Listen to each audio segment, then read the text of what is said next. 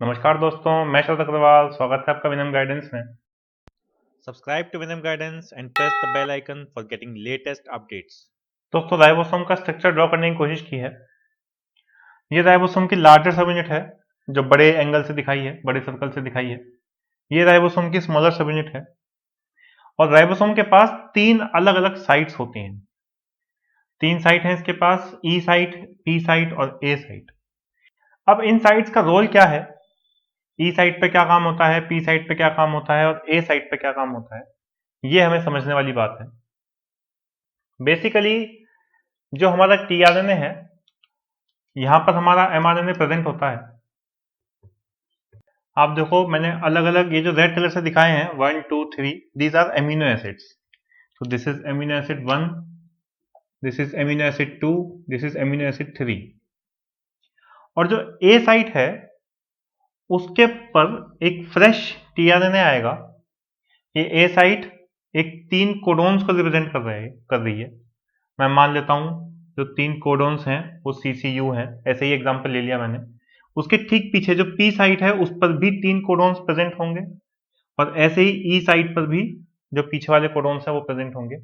इसके ठीक आगे तीन तीन के सेट में कोडोन्स पूरे एमआरएनए पर प्रेजेंट हैं। ये ग्रीन कलर से मैंने एमआरएनए दिखाया है, एमआरएनए का स्ट्रेच है 5 प्राइम टू 3 प्राइम डायरेक्शन। ये हमारा राइबोसोम है, इस राइबोसोम के अंदर तीन साइट्स हैं, ई पी एंड ए। इस पी साइट पर हमारा टीआरएनए है, टीआरएनए के ऊपर एमिनो एसिड्स की चेन ग्रो कर रही है। और ए साइट पर एक fresh tRNA according to the codon, जो कोडोन है उस कोडोन को रिकॉग्नाइज करके उसका anticodon, this is the anticodon loop, ये वाली लूप एंटी कोडोन लूप कहलाती है टीआरएनए की। ये एंटी कोडोन लूप इस एमआरएनए के कोडोन के साथ हाइड्रोजन बॉन्डिंग बनाएगी और हाइड्रोजन बॉन्ड जब ये बन गया तो ये फ्रेश टीआरएनए आकर के इस पर अटैच हो जाएगा।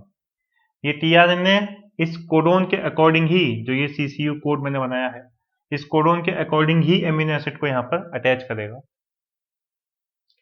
उसके बाद नेक्स्ट स्टेप पर क्या होगा, ट्रांसलेशन का एक ब्रीफ में बता रहा हूं कि ये जो तीनों एमिनो एसिड्स हैं ये उठ करके इस एमिनो एसिड के साथ पेप्टाइड बॉन्ड बना लेंगे। ओके, तो यहां से ये टीआरएनए के साथ इसका बॉन्ड अब खत्म हो गया और इसका बॉन्ड अब बन गया फोर्थ एमिनो एसिड के साथ। तो अब इस वाले टीआरएनए के ऊपर ये पूरी चेन आकर के अटैच हो गई है और ये राइबोसोम तीन कोडोन आगे खिसक जाएगा।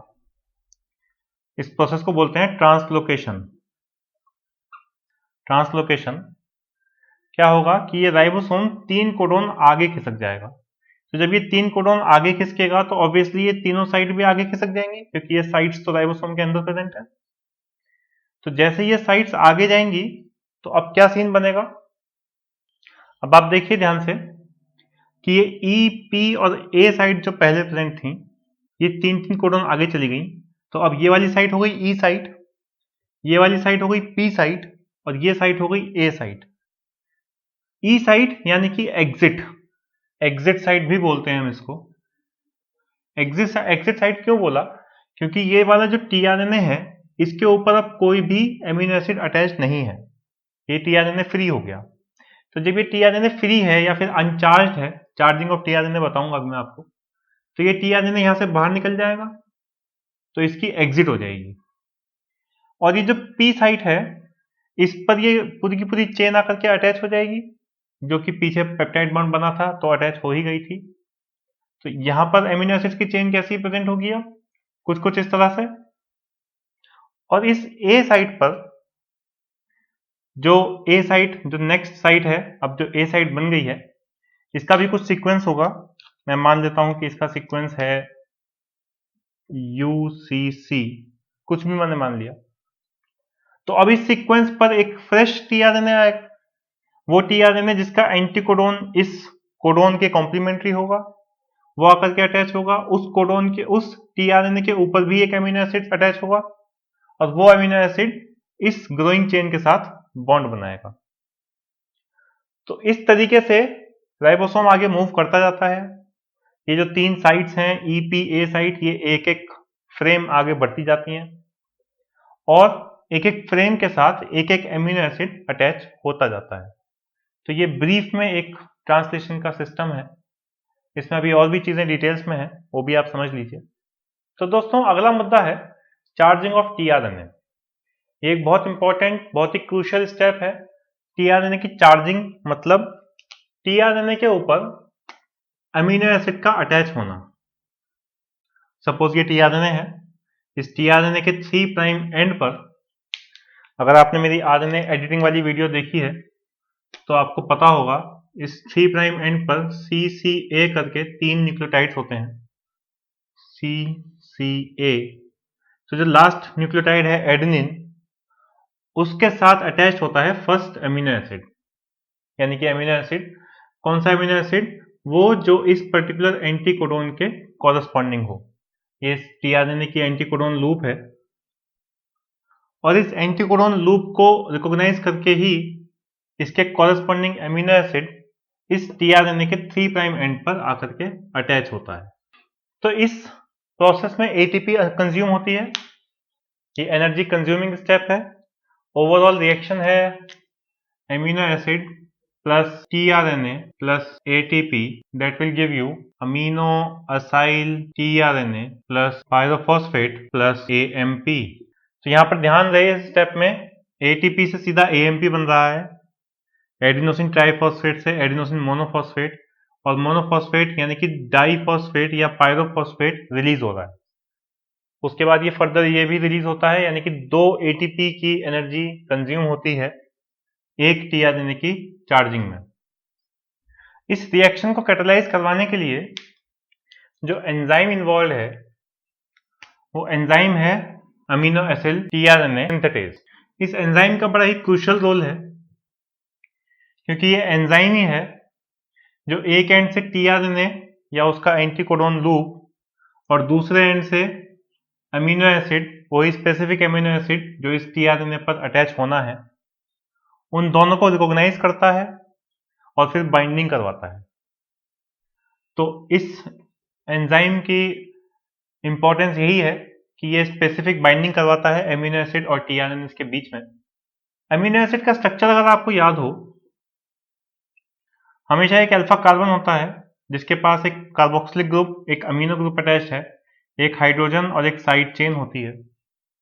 इसका ये जो कार्बोक्सिलिक ग्रुप है यही मेनली इन्वॉल्व है बॉन्ड बनाने के लिए। ये बॉन्ड किसके साथ बनाता है? ये राइबोज शुगर थी, इस राइबोज शुगर के पास 5 कार्बन थे, first, second, third, fourth and this is 5th carbon. और इस 5th कार्बन के साथ फॉस्फेट ग्रुप अटैच होते हैं। और अगर इस फर्स्ट कार्बन से मैं एडेनिन अटैच कर दूं तो ये है इसका न्यूक्लियोटाइड स्ट्रक्चर। इस राइबोज शुगर में जो सेकंड और थर्ड कार्बन है, क्योंकि ये वाला जो न्यूक्लियोटाइड है ये बेसिकली इस टीआरएनए के 3 प्राइम एंड पर प्रेजेंट है। अगर ये इस टीआरएनए का 5 प्राइम एंड है और ये इस टीआरएनए का 3 प्राइम एंड है, और 3 प्राइम एंड पर मैंने आपको बताया लास्ट न्यूक्लियोटाइड एडेनिन होता है, तो ये एडेनिन, इस एडेनिन का जो थर्ड कार्बन है, थर्ड कार्बन, उसका OH ग्रुप फ्री पड़ा हुआ होगा। सेकंड कार्बन का OH ग्रुप तो सारे ही न्यूक्लियोटाइड्स का फ्री पड़ा हुआ होगा, लेकिन जो एंड में जो न्यूक्लियोटाइड प्रेजेंट है उसका थर्ड कार्बन का OH ग्रुप भी फ्री पड़ा हुआ होगा। इसका जो 5th कार्बन है उसका फॉस्फेट ग्रुप फर्दर यहां से बॉन्ड बनाता हुआ चल रहा है। ये वाला जो OH ग्रुप है COH में, ये इसके बीच में बॉन्ड बनता है, यानी कि जो अमीनो एसिड अटैच होता है टीआरएनए के ऊपर, जैसा कि मैंने आपको बताया अमीनो एसिड अटैच होगा टीआरएनए के 3 प्राइम एंड से, एडेनिन के साथ अमीनो एसिड अटैच होगा।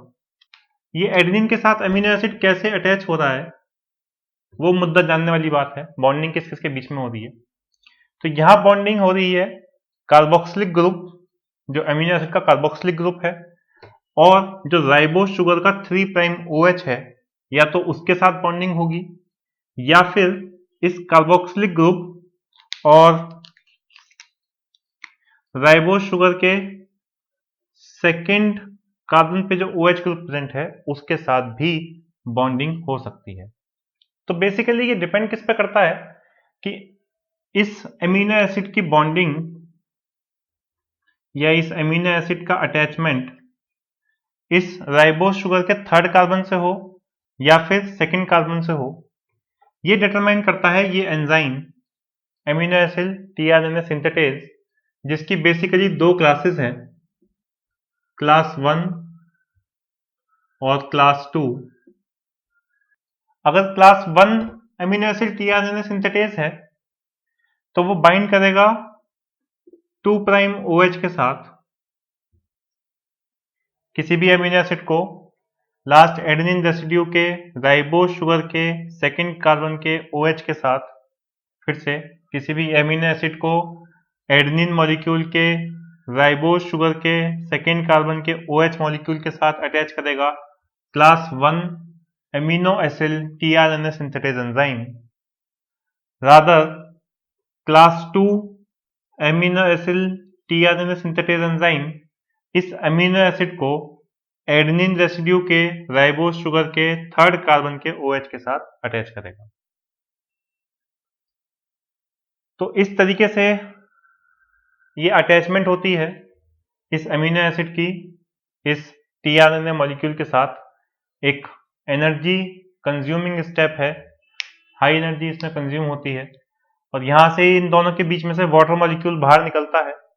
एक H2O मॉलिक्यूल इस केस में भी बाहर निकलेगा, एक H2O मॉलिक्यूल इस केस में भी बाहर निकलेगा, चाहे बॉन्डिंग इसकी थर्ड का OH के साथ हो या बॉन्डिंग इसकी सेकेंड प्राइम कार्बन के साथ हो, दोनों ही केस में एक H2O मॉलिक्यूल बाहर निकलेगा, तभी एक बॉन्डिंग बनेगी और ये अमीनो एसिड इस लास्ट न्यूक्लियोटाइड के साथ जाकर के अटैच हो जाएगा। दोस्तों अगला स्टेप आता है ट्रांसलेशन की इनिशिएशन। जैसे रेप्लिकेशन में इनिशिएशन होती है, फिर ट्रांसक्रिप्शन में इनिशिएशन होती है, ऐसे ही ट्रांसलेशन में भी इनिशिएशन होती है। वही 3 फेजेस हैं, इनिशिएशन, एलोंगेशन, टर्मिनेशन। अब ये मान के चलिए आप कि यह आरएनए स्ट्रैंड है और इस आरएनए स्ट्रैंड के अंदर एक स्टार्ट कोडोन है AUG। इस स्टार्ट कोडोन से लगभग 3 to 10 न्यूक्लियोटाइड्स पहले एक सीक्वेंस होगा जो बेसिकली प्यूरिन रिच सीक्वेंस है। इसके अंदर एडेनिन गुआनिन भरा पड़ा है। इस पॉलीप्यूरिन सीक्वेंस को बोलते हैं शाइनेड आर्गेनोनो सीक्वेंस और ये वो सीक्वेंस है जो बेसिकली बाइंड करता है राइबोसोम से, राइबोसोम के 16S rRNA से, और ये एक बार उसके साथ बाइंड कर गया तो आरएनए और राइबोसोम के बीच में बॉन्डिंग हो जाती है, मतलब अब ये स्टेबल स्ट्रक्चर बन चुका है। इस बाइंडिंग के बाद ये स्टार्ट कोडोन रिकॉग्नाइज होता है और इस स्टार्ट कोडोन पर जो टीआरएनए आता है, इस टीआरएनए के ऊपर जो अमीनो एसिड प्रेजेंट है, that amino acid is actually methionine और फॉर्माइल मिथियोनिन। तो ये मिथियोनिन और फॉर्माइल मिथियोनिन में क्या फर्क है और ये कहां होते हैं, ये भी समझना जरूरी है। यू बैक्टीरिया के केस में, या कहना चाहिए मैक्सिमम प्रोकैरियोट्स के केस में, हमेशा फॉर्माइल मिथियोनिन आकर के ही अटैच होता है, जबकि यूकैरियोट्स के केस में और यूकैरियोट्स के साथ साथ आर्की बैक्टीरिया के केस में भी, आर्की बैक्टीरिया को वैसे तो प्रिमिटिव बैक्टीरिया बोलते हैं, लेकिन इस प्रिमिटिव बैक्टीरिया के बहुत सारे फीचर्स यूकैरियोट्स के साथ मैच करते हैं और बहुत सारे फीचर्स यू बैक्टीरिया के साथ मैच नहीं करते हैं।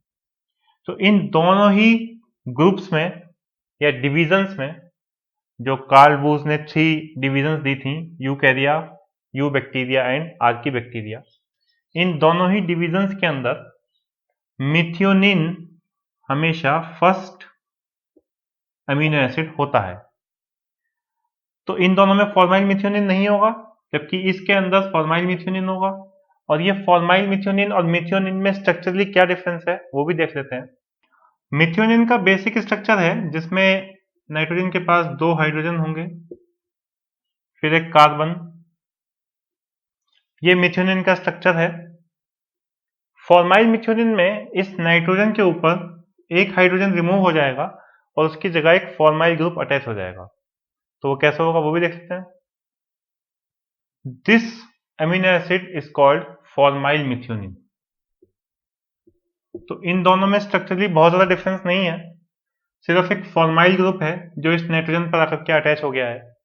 इसमें वो फॉर्माइल ग्रुप अटैच नहीं हुआ है।